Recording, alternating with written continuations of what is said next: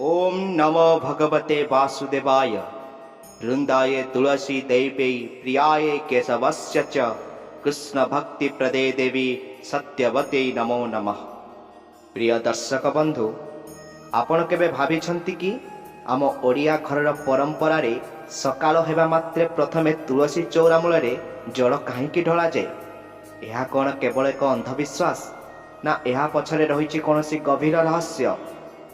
आपण जानिछंती कि तुलसी गछरे जल अर्पण करने समय आमे करुथुबा गोटिए छोट भूल आम जीवन को दुर्भाग्य आनी पारे, आउ गोटिए सठिक पदक्षेप आम पई स्वर्गर द्वार खोली देई पारे। आजिर एही विशेष वीडियो रे आमे खोलिबा को जाउचु सेही 10टी गुप्त रहस्य, जहा बोध हुए आपण को आगरु केही कहि नथिबे। एही यात्राटी केवल भक्तिर नुहे बरं विज्ञान, आध्यात्मिकता एवं जीवन जीवार एक नियारा कला विषय रे। तेणु शेष पर्यंत निश्चय साथी रुहंतु, कारण शेष रहस्यटी आपणक भाग्य बदलाई देई पारे। सकाळर सेही मिठा खरा, पक्षी मानक काकली, आउ घरर अगणारे थिबा सेही पवित्र तुलसी चौरा। आम संस्कृति रे तुलसी केवल एक उद्भिद नुहे, से हेउछंती साक्षात वृंदावती, भगवान विष्णुंकर अति प्रिय। किंतु आपण केबे चिंता करिछंती कि काहेकि कुहा जाए जे तुलसी मूलरे जल न देले दिनटी शुभ हुए नहीं? काहेकि आम जेजेमा किंबा माँ माने गाधोई सारी ओदा लगारे सर्वप्रथमे तुलसी चौरा पाखक जाती? एही रहस्यर प्रथम पाहाच हेउची शक्तिर संचार। मानव शरीर पंचभूतरे गढ़ा, आउ तुलसी गछ हेउची प्रकृतिर एपरी एक अंश जहाँ ब्रह्मांडर सकारात्मक शक्ति को निज आड़ को टाणी थाए। जेतेबेले आमे तुलसी मूलरे जल अर्पण करू, सेतेबेले जल एवं तुलसीर पवित्रता मिसी एक शक्ति बलय सृष्टि करे। यह केवल गछ को जीवन दिए नहीं, बरं जल देउथिबा व्यक्तिर मन एवं आत्मा को शांत करि दिए। यह हेउछि प्रथम रहस्य। तुलसी चौरा हेउछि आम घरर एक आध्यात्मिक चार्जर, जी आम नकारात्मक शक्ति को शोषि नहीं आमको दिन सारा सतेज रखि थाए। प्रिय दर्शक बंधु, आपण समस्त को मोर छोट अनुरोध, दयाकरी वीडियोटी को लाइक कर दियंतु। आपणक गोटिए लाइक आमको बहुत प्रेरणा दे थाए एमिति रहस्यमय आध्यात्मिक वीडियो आनिबाकू। एबे आसंतु द्वितीय गुप्त रहस्य उपरकू, जहा हेउछि लक्ष्मीक वास। शास्त्र कहे जो घरे तुलसी सबुबले सतेज एवं पवित्र होई रहंती, सेठारे माँ लक्ष्मी स्थायी भावे वास करंती। किंतु कोन आपण जानंती तुलसी को जल देवा समय रे केउ मंत्र पढ़िबा उचित?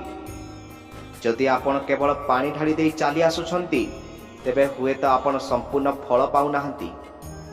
महाप्रसाद जननी सर्व सौभाग्यवर्धिनी, एही मंत्र उच्चारण सहित जल देले ताहा केवल एक धार्मिक कर्म रहे नहीं, ताहा एक संकल्प रे परिणत हुए।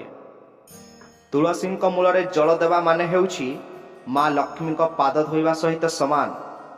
एही रहस्यटी बहुत कम लोक जानती जे जल देवा समय जदि आपणक मनरे कोनोसी अभिलाष थाए, तेबे ताहा शीघ्र पूरण हुए।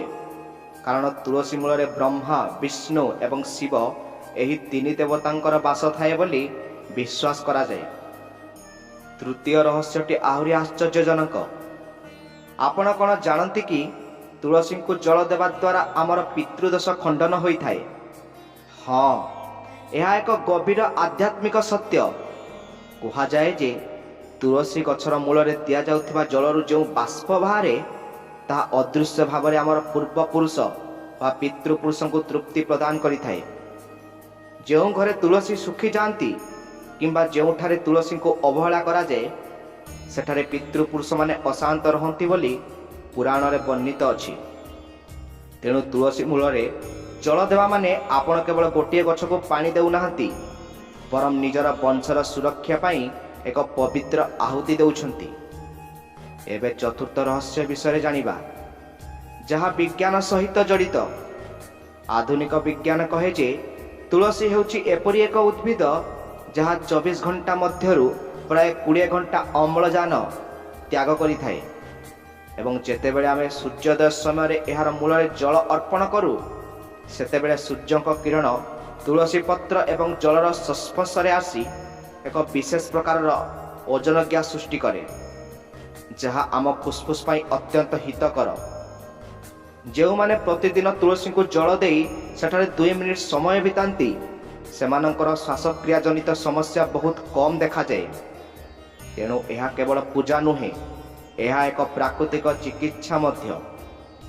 ପଞ୍ଚମ ରହସ୍ୟଟି ହେଉଛି ଦୁର୍ଭାଗ୍ୟର ନାଶ।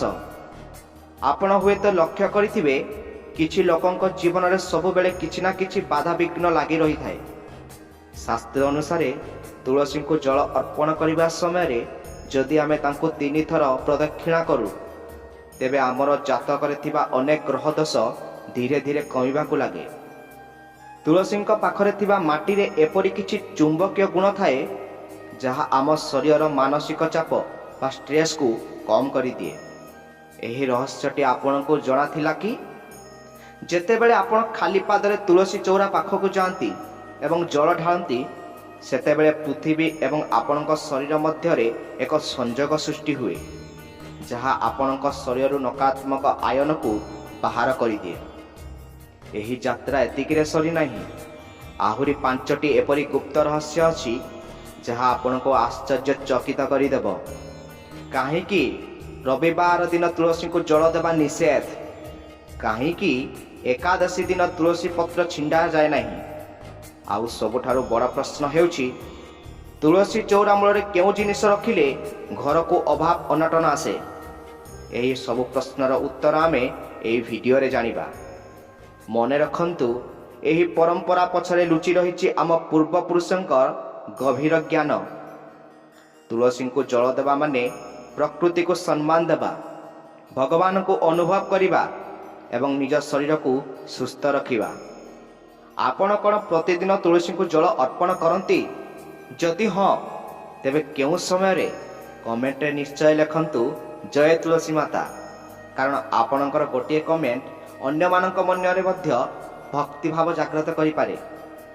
ଏବେ ଚାଲନ୍ତୁ ଆମେ ଏହି ରହସ୍ୟମୟ ଯାତ୍ରାର ପରବର୍ତ୍ତୀ ପାହାଚକୁ ଯିବା, ଯେଉଁଠାରେ ଆମେ ଖୋଲିବା ତୁଳସୀ ଚଉରାର ଅବଶିଷ୍ଟ ଗୁପ୍ତ ରହସ୍ୟଗୁଡ଼ିକୁ। କ'ଣ ସେହି କାରଣ ଯାହା ପାଇଁ କୁହାଯାଏ ଯେ ତୁଳସୀଙ୍କୁ ଜଳ ଦେବା ବେଳେ ଗୋଡ଼ରେ ପାଣି ପଡ଼ିବା ଉଚିତ ନୁହେଁ? କ'ଣ ହୁଏ ଯଦି ଆମେ ରାତିରେ ତୁଳସୀଙ୍କୁ ସ୍ପର୍ଶ କରୁ? ଏହି ସବୁ ରୋମାଞ୍ଚକର ତଥ୍ୟ ଆପଣଙ୍କ ଅପେକ୍ଷାରେ ଅଛି। ପ୍ରିୟ ବନ୍ଧୁମାନେ, ଆମ ସଂସ୍କୃତିରେ ତୁଳସୀ ହେଉଛନ୍ତି ପବିତ୍ରତାର ପ୍ରତୀକ। ସେ ହେଉଛନ୍ତି ସେହି ସେତୁ ଯାହା ମନୁଷ୍ୟକୁ ପରମାତ୍ମାଙ୍କ ସହ ଯୋଡ଼ିଥାଏ। ଆଗକୁ ବଢ଼ିବା ପୂର୍ବରୁ ନିଜ ମନକୁ ଟିକେ ଶାନ୍ତ କରନ୍ତୁ ଏବଂ ଭାବନ୍ତୁ ସେହି ଛୋଟ ଗଛଟି ଆପଣଙ୍କ ଅଗଣାରେ ରହି କେତେ ଅଦୃଶ୍ୟ ବିପଦରୁ ଆପଣଙ୍କୁ ରକ୍ଷା କରୁଛି। ଯେତେବେଳେ ଘରେ କୌଣସି ବଡ଼ ବିପଦ ଆସିବାର ଥାଏ ସେତେବେଳେ ସର୍ବପ୍ରଥମେ ତୁଳସୀ ଗଛ ଶୁଖି ଯାଇଥାଏ। ଏହା ହେଉଛି ଷଷ୍ଠ ରହସ୍ୟର ଏକ ଛୋଟ ଝଲକ। କିନ୍ତୁ ଏହା କାହିଁକି ହୁଏ? ତୁଳସୀ ଗଛ କ'ଣ ସତରେ ବିପଦକୁ ନିଜ ଉପରକୁ ଟାଣି ନିଏ? ଏହି ସବୁ ବିଷୟରେ ଆମେ ବିସ୍ତାର ଭାବେ ଆଲୋଚନା କରିବା। ଆପଣଙ୍କ ଭକ୍ତି ଏବଂ ଆଗ୍ରହ ହିଁ ଏହି ଭିଡ଼ିଓକୁ ସାର୍ଥକ କରିବ। ତେଣୁ ପ୍ରସ୍ତୁତ ହୋଇଯାଆନ୍ତୁ, କାରଣ ଏହି ଭିଡ଼ିଓରେ ଏପରି କିଛି ଜାଣିବା ଯାହା ଶୁଣିଲା ପରେ ତୁଳସୀ ଚଉରାକୁ ଦେଖିବାର ଆପଣଙ୍କ ନଜରିଆ ସମ୍ପୂର୍ଣ୍ଣ ବଦଳିଯିବ। ମନେ ରଖନ୍ତୁ, ଜଳ ହିଁ ଜୀବନ, କିନ୍ତୁ ତୁଳସୀଙ୍କୁ ଦିଆଯାଉଥିବା ଜଳ ହେଉଛି ଜୀବନର ମୁକ୍ତିର ମାର୍ଗ। ପ୍ରଥମରୁ ଆମେ ଜାଣିଲେ ଯେ ତୁଳସୀ ଚଉରା କିପରି ଆମ ଘରର ଶକ୍ତିର କେନ୍ଦ୍ରବିନ୍ଦୁ ଏବଂ ଏହା କିପରି ଆମ ଶରୀରକୁ ସୁସ୍ଥ ରଖେ। କିନ୍ତୁ ଏବେ ଆସନ୍ତୁ ସେହି ରହସ୍ୟ ଉପରୁ ପରଦା ଉଠାଇବା, ଯାହା ଆପଣଙ୍କୁ ଆଶ୍ଚର୍ଯ୍ୟ କରିଦେବ। କେବେ ଭାବିଛନ୍ତି କି ଆପଣ ତୁଳସୀ ଗଛର ବହୁତ ଯତ୍ନ ନେଉଛନ୍ତି, ପ୍ରତିଦିନ ପାଣି ଦେଉଛନ୍ତି, କିନ୍ତୁ ତଥାପି ଗଛଟି ହଠାତ୍ ଶୁଖି ଯାଉଛି? କ'ଣ ଏହା କେବଳ ପାଣିର ଅଭାବ, ନା ଏହା ପଛରେ କୌଣସି ଅଶୁଭ ସଂକେତ ଲୁଚି ରହିଛି? ଷଷ୍ଠ ଗୁପ୍ତ ରହସ୍ୟ ହେଉଛି ବିପଦର ପୂର୍ବାଭାସ। ଶାସ୍ତ୍ର ଏବଂ ପୁରାଣରେ ବର୍ଣ୍ଣିତ ଅଛି ଯେ ଯେତେବେଳେ କୌଣସି ପରିବାର ଉପରେ କୌଣସି ବଡ଼ ସଙ୍କଟ କିମ୍ବା ଆର୍ଥିକ ଅଭାବ ଆସିବାର ଥାଏ ସେତେବେଳେ ତୁଳସୀ ମାତା ସେହି ନକାରାତ୍ମକ ଶକ୍ତିକୁ ନିଜ ଉପରକୁ ଟାଣି ନିଅନ୍ତି। ଆପଣ ଲକ୍ଷ୍ୟ କରିଥିବେ କିଛି ଘରେ ଯେତେ ଯତ୍ନ ନେଲେ ବି ତୁଳସୀ ବଞ୍ଚନ୍ତି ନାହିଁ। ଏହାର ଅର୍ଥ ହେଉଛି ସେହି ଘରେ ବାସ୍ତୁଦୋଷ କିମ୍ବା ପିତୃଦୋଷ ବହୁତ ଅଧିକ ଅଛି। ତୁଳସୀଙ୍କର ଶୁଖିଯିବା ଏକ ଚେତାବନୀ ଯେ ଆପଣଙ୍କୁ ନିଜ ଜୀବନଶୈଳୀ ଏବଂ କର୍ମ ଉପରେ ଧ୍ୟାନ ଦେବାକୁ ପଡ଼ିବ। ତେଣୁ ଯେତେବେଳେ ଆପଣ ତୁଳସୀ ଚଉରା ମୂଳରେ ଜଳ ଅର୍ପଣ କରନ୍ତି, ସେତେବେଳେ ମାଙ୍କୁ ପ୍ରାର୍ଥନା କରନ୍ତୁ ଯେ ସେ ଯେପରି ଆପଣଙ୍କ ଘରର ସମସ୍ତ ଅଶୁଭ ଶକ୍ତିକୁ ନାଶ କରନ୍ତୁ। ଏହି ଜଳ ଅର୍ପଣ କରିବା ବେଳେ ଯଦି ଆପଣଙ୍କ ମନରେ ସମ୍ପୂର୍ଣ୍ଣ ସମର୍ପଣ ଭାବ ଥାଏ, ତେବେ ସେହି ଗଛଟି ପୁଣି ଥରେ ସତେଜ ହୋଇଉଠେ, ଯାହା ସୂଚାଇଥାଏ ଯେ ଆପଣଙ୍କ ବିପଦ କଟିଯାଇଛି। ଏବେ ଆସନ୍ତୁ ସପ୍ତମ ରହସ୍ୟ ଉପରକୁ, ଯାହା ଅତ୍ୟନ୍ତ ଗୁରୁତ୍ୱପୂର୍ଣ୍ଣ ଏବଂ ଯେଉଁଥିରେ ଅଧିକାଂଶ ଲୋକ ଭୁଲ କରନ୍ତି। ତାହା ହେଉଛି ବାର ଏବଂ ତିଥିର ନିୟମ। ଆପଣ ଜାଣିଛନ୍ତି କି ସବୁଦିନ ତୁଳସୀଙ୍କୁ ଜଳ ଦେବା ଉଚିତ ନୁହେଁ? ହଁ, ଆପଣ ଠିକ୍ ଶୁଣିଛନ୍ତି। ରବିବାର ଏବଂ ଏକାଦଶୀ ତିଥିରେ ତୁଳସୀଙ୍କୁ ଜଳ ଅର୍ପଣ କରିବା ଏବଂ ତାଙ୍କୁ ସ୍ପର୍ଶ କରିବା ନିଷେଧ। ଏହାର ପୌରାଣିକ କାରଣ ବହୁତ ସୁନ୍ଦର। କୁହାଯାଏ ଯେ ଏକାଦଶୀ ଦିନ ମା ତୁଳସୀ ଭଗବାନ ବିଷ୍ଣୁଙ୍କ ପାଇଁ ନିର୍ଜଳା ବ୍ରତ ରଖନ୍ତି। ଯଦି ଆମେ ସେହି ଦିନ ତାଙ୍କୁ ଜଳ ଦେଉ, ତେବେ ତାଙ୍କ ବ୍ରତ ଭଙ୍ଗ ହୋଇଯାଏ, ଯାହା ଆମ ପାଇଁ ପାପର କାରଣ ସାଜେ। ସେହିପରି ରବିବାର ଦିନଟି ଭଗବାନ ବିଷ୍ଣୁଙ୍କର ଅତି ପ୍ରିୟ ହୋଇଥିବାରୁ ସେହି ଦିନ ତୁଳସୀ ମାତା ବିଶ୍ରାମ ନିଅନ୍ତି। ଏହି ରହସ୍ୟଟି ଯେଉଁମାନେ ଜାଣିଛନ୍ତି ଏବଂ ମାନନ୍ତି, ସେମାନଙ୍କ ଘରେ କେବେ ବି ଶାନ୍ତିର ଅଭାବ ହୁଏ ନାହିଁ। କିନ୍ତୁ ମନେ ରଖନ୍ତୁ, ଜଳ ନଦେଲେ ମଧ୍ୟ ସେହି ଦିନ ଦୀପଟିଏ ଜଳାଇବାକୁ ଭୁଲିବେ ନାହିଁ। ଅଷ୍ଟମ ରହସ୍ୟ ହେଉଛି ଜଳ ଅର୍ପଣ କରିବାର ସଠିକ୍ ପାତ୍ର ଏବଂ ବିଧି। ଅନେକ ଲୋକ ପ୍ଲାଷ୍ଟିକ୍ କିମ୍ବା ଷ୍ଟିଲ୍ ଗ୍ଲାସରେ ପାଣି ଢାଳି ଦିଅନ୍ତି, କିନ୍ତୁ ଆମ ସଂସ୍କୃତି ଅନୁସାରେ ତୁଳସୀଙ୍କୁ ଜଳ ଦେବା ପାଇଁ ତମ୍ବା ପାତ୍ର ସବୁଠାରୁ ଶ୍ରେଷ୍ଠ। ତମ୍ବା ଏବଂ ଜଳର ମିଶ୍ରଣରେ ଏକ ପ୍ରକାର ଶକ୍ତି ସୃଷ୍ଟି ହୁଏ, ଯାହା ଗଛର ଚେରକୁ ଅଧିକ ଶକ୍ତିଶାଳୀ କରେ ଏବଂ ଆଧ୍ୟାତ୍ମିକ ଦୃଷ୍ଟିରୁ ଏହାକୁ ଅମୃତ ସମାନ କୁହାଯାଏ। ଆଉ ଏକ ରହସ୍ୟମୟ କଥା ହେଉଛି, ଜଳ ଦେବା ବେଳେ ସେହି ଜଳ ଯେପରି ଆପଣଙ୍କ ଗୋଡ଼ରେ ନ ପଡ଼େ। ଯଦି ଜଳ ଆପଣଙ୍କ ପାଦରେ ପଡ଼ୁଛି, ତେବେ ଏହା ପୂଜାର ଫଳ ପରିବର୍ତ୍ତେ ଦୋଷ ସୃଷ୍ଟି କରେ। ତେଣୁ ଧୀରେ ଧୀରେ ଏବଂ ଭକ୍ତିର ସହ ଜଳ ଅର୍ପଣ କରନ୍ତୁ। ଏହି ସମୟରେ ଆପଣଙ୍କ ମୁହଁ ପୂର୍ବ ଦିଗକୁ ରହିବା ଉଚିତ, କାରଣ ସୂର୍ଯ୍ୟଙ୍କ କିରଣ ଏବଂ ତୁଳସୀଙ୍କ ଶକ୍ତିର ମିଳନ ଆପଣଙ୍କ ମଧ୍ୟରେ ଏକ ନୂତନ ଚୈତନ୍ୟ ଜାଗ୍ରତ କରିବ। ନବମ ରହସ୍ୟଟି ହେଉଛି ପରିକ୍ରମାର ଶକ୍ତି। ଆପଣ ହୁଏତ ଦେଖିଥିବେ, ବୟସ୍କ ଲୋକମାନେ ତୁଳସୀଙ୍କୁ ପାଣି ଦେଇସାରି ତାଙ୍କ ଚାରିପାଖେ ବୁଲନ୍ତି। କିନ୍ତୁ କାହିଁକି? କୁହାଯାଏ ଯେ ତୁଳସୀ ଚଉରା ଚାରିପାଖରେ ଏକ ଓରା ବା ପ୍ରଭାମଣ୍ଡଳ ଥାଏ। ଯେତେବେଳେ ଆମେ ତାଙ୍କୁ 3 ଥର ପରିକ୍ରମା କରୁ, ସେତେବେଳେ ଆମ ଶରୀରର 7ଟି ଚକ୍ର ସକ୍ରିୟ ହୋଇଉଠେ। ଏହା ଆମର ମନକୁ ଏକାଗ୍ର କରିବାର ଏବଂ ନକାରାତ୍ମକ ଚିନ୍ତାଧାରାରୁ ମୁକ୍ତି ଦେବାର ସାହାଯ୍ୟ କରିଥାଏ। ଯଦି ଆପଣଙ୍କ ଘରେ ଚଉରା ପାଖରେ ଜାଗା ନାହିଁ, ତେବେ ନିଜ ସ୍ଥାନରେ ଠିଆ ହୋଇ 3 ଥର ବୁଲି ଯାଆନ୍ତୁ। ଏହା ମଧ୍ୟ ସମାନ ଫଳ ଦେଇଥାଏ। ଏହି ରହସ୍ୟଟି ଆପଣଙ୍କ ମାନସିକ ଶାନ୍ତି ପାଇଁ ଏକ ବଡ଼ ଔଷଧ ସଦୃଶ। ଦଶମ ରହସ୍ୟଟି ସବୁଠାରୁ ଗୁପ୍ତ ଏବଂ ପ୍ରଭାବଶାଳୀ। ତାହା ହେଉଛି ତୁଳସୀ ମାଟିର ଚମତ୍କାର। କେବଳ ପାଣି ଦେବା ନୁହେଁ, ତୁଳସୀଙ୍କ ମୂଳରୁ ଟିକେ ମାଟି ନେଇ ଯଦି ଆପଣଙ୍କ ନିଜ କପାଳରେ ତିଲକ ଲଗାନ୍ତି, ତେବେ ଏହା ସମହୀନ ଶକ୍ତି ବଢ଼େ ଏବଂ ଆତ୍ମବିଶ୍ୱାସ ବୃଦ୍ଧି କରେ। କୁହାଯାଏ ଯେ ତୁଳସୀଙ୍କ ମୂଳରେ ସମସ୍ତ ତୀର୍ଥଙ୍କର ବାସ ଥାଏ। ତେଣୁ ସକାଳୁ ଜଳ ଦେବା ପରେ ସେହି ପବିତ୍ର ମାଟିକୁ ସ୍ପର୍ଶ କରି ମୁଣ୍ଡରେ ଲଗାଇଲେ ଦିନସାରା ଆପଣଙ୍କ ଉପରେ କୌଣସି ଖରାପ ଦୃଷ୍ଟି ପଡ଼େ ନାହିଁ। ବିଶେଷ କରି ପିଲାମାନଙ୍କ ପାଇଁ ଏହା ଏକ ରକ୍ଷା କବଚ ପରି କାମ କରେ। ଏହି ସବୁ ରହସ୍ୟ ଜାଣିବା ପରେ ଆପଣ ନିଶ୍ଚୟ ଅନୁଭବ କରୁଥିବେ ଯେ ତୁଳସୀ ଚଉରା ମୂଳରେ ଜଳ ଅର୍ପଣ କରିବା କେବଳ ଏକ ପରମ୍ପରା ନୁହେଁ, ବରଂ ଏହା ଏକ ବିଜ୍ଞାନସମ୍ମତ ଆଧ୍ୟାତ୍ମିକ କ୍ରିୟା। କିନ୍ତୁ କଥା ଏତିକିରେ ଶେଷ ହୋଇନି। କ'ଣ ଆପଣ ଜାଣନ୍ତି, ରାତି ସମୟରେ ତୁଳସୀଙ୍କ ପାଖରେ କେଉଁ ଜିନିଷ ରଖିଲେ ଘରକୁ ମହାଲକ୍ଷ୍ମୀ ଆସନ୍ତି? କାହିଁକି କୁହାଯାଏ ଯେ ଶନିବାର ଦିନ ତୁଳସୀ ମୂଳରେ ଅଳ୍ପ କ୍ଷୀର ମିଶ୍ରିତ ଜଳ ଦେଲେ ଭାଗ୍ୟ ବଦଳିଯାଏ? ଏବଂ ସବୁଠାରୁ ଆଶ୍ଚର୍ଯ୍ୟଜନକ କଥା ହେଉଛି, ତୁଳସୀଙ୍କୁ କେବେ ଏବଂ କେଉଁ ସ୍ଥିତିରେ ସ୍ପର୍ଶ କଲେ ଦାରିଦ୍ର୍ୟତା ଆସିଥାଏ? ଆମେ ଜାଣିଛୁ, ଆପଣଙ୍କ ମନରେ ଏବେ ଅନେକ ପ୍ରଶ୍ନ। କାହିଁକି ତୁଳସୀ ଗଛ ପାଖରେ କଣ୍ଟା ଜାତୀୟ ଗଛ ରଖିବା ଅଶୁଭ? तुलसी बास केउ दिगर हेले उन्नति हुए एवं एमिति एक विशेष मंत्र जहाँ जल देवा समय पढ़िले आपणक समस्त अधूरा स्वप्न पूरण हो पारिबो। एही सब प्रश्नर समाधान एवं सही अंतिम रहस्यमय कथा गुड़िक एबे जानिबा। दर्शक बंधु, आपणकर गोटे श्रद्धापूर्ण कर्म आपणक परिवार को सुरक्षित रखिपारे। जदि आपण माँ तुलसी आशीर्वाद पाइबा को चाहूचंती तेबे कमेंट रे ओम नमो नारायण निश्चय लिखंतु, कारण जोठी नारायण थांती सेठारे तुलसी सबुबले प्रसन्न रुहंती। आपण कौन जानती, आपणक घर तुलसी चौरा पाखरे रखा जाइतिबा गोटे सामान्य जिनिस आपणक समस्त पूजा पाठ को निष्फल करि देई पारे। केबे भाबिछंती कि काहेकि किछि लोकंक घरे तुलसी थाई मध्य सेमाने सबुबले रोग एवं अभाव रे घेरी होई रहंती? कौन सही गुप्त मंत्र जहाको कही जल ढालिले भाग्यर बंद कवाट खोली पारे, जहाँ आपणक जीवनर मोड़ बदलाई देई पारे? यह केवल एक सूचना नुहे, यह हेउची आपणक समृद्धिर सही सूत्र जहाँ आम ऋषिमुनि माने हजार हजार वर्ष तलु लेखि जाइछंती। पूर्वर आमे तुलसी आध्यात्मिक एवं वैज्ञानिक महत्व विषय जानिले, किंतु एबे जानिबा सही रहस्य विषय जहाँ आमे वास्तु रहस्य बोली कहि परिबा।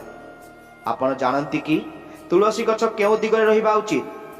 शास्त्र अनुसार तुलसी पई सबुठारु शुभ दिग हेउची उत्तर किंबा उत्तर पूर्व, जहाँ को आमे ऐशान्य कोण कहि थाउ। एही दिगरे तुलसी रहिले घर को कुबेरंक भंडार एवं माँ लक्ष्मी को आशीर्वाद सबु बेले आसी थाए। जदि आपण भूल बसतः तुलसी को दक्षिण दिगरे रखिछंती तेबे यह घरे कलह एवं अशांतिर कारण साजी पारे।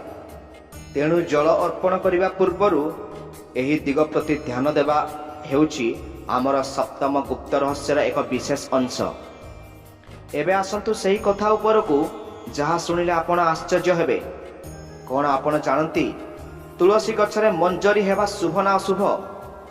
अनेक लोक मंजरी को देखि खुशी हुअंती, किंतु आध्यात्मिक दृष्टि देखिले जेतेबेले तुलसी गछरे बहुत मंजरी होई जाए सेतेबेले माँ तुलसी को बहुत कष्ट होई थाए बोली विश्वास करा जाए।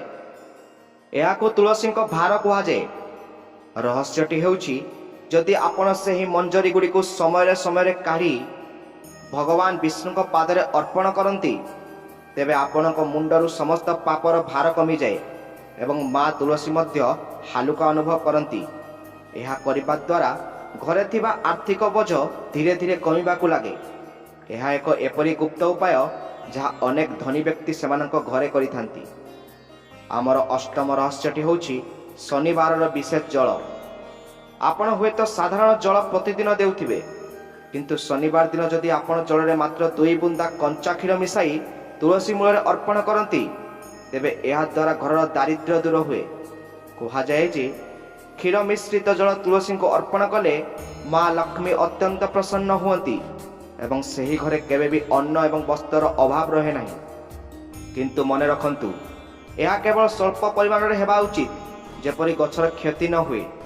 यह सहित जदि आपण संध्या समय रे तुलसी मूल घीर दीपटीए जालती तेबे ताहा आपणक जीवनर अंधकार को दूर करी सफलतार आलोक भरी दिए। नवम रहस्यटी अत्यंत सावधान करदेला भली, ताहा हेउछि तुलसी चौरा पाखरे कोण रखिबे नाही। अनेक समय आमे अजाणतारे तुलसी चौरा पाखरे ओदा कपड़ा सुखाई दौ किंबा सेठारे झाड़ू जोता चपल रखी दौ। मने रखंतु तुलसी चौरा हेउछि साक्षात वैकुंठर द्वार। यार पाखापाखि अपरिष्कार जिनिस रखिबा माने माँ लक्ष्मी को अपमानित करिबा। एपरि कले घरे रोग एवं अकाल मृत्युर भय रही थाए।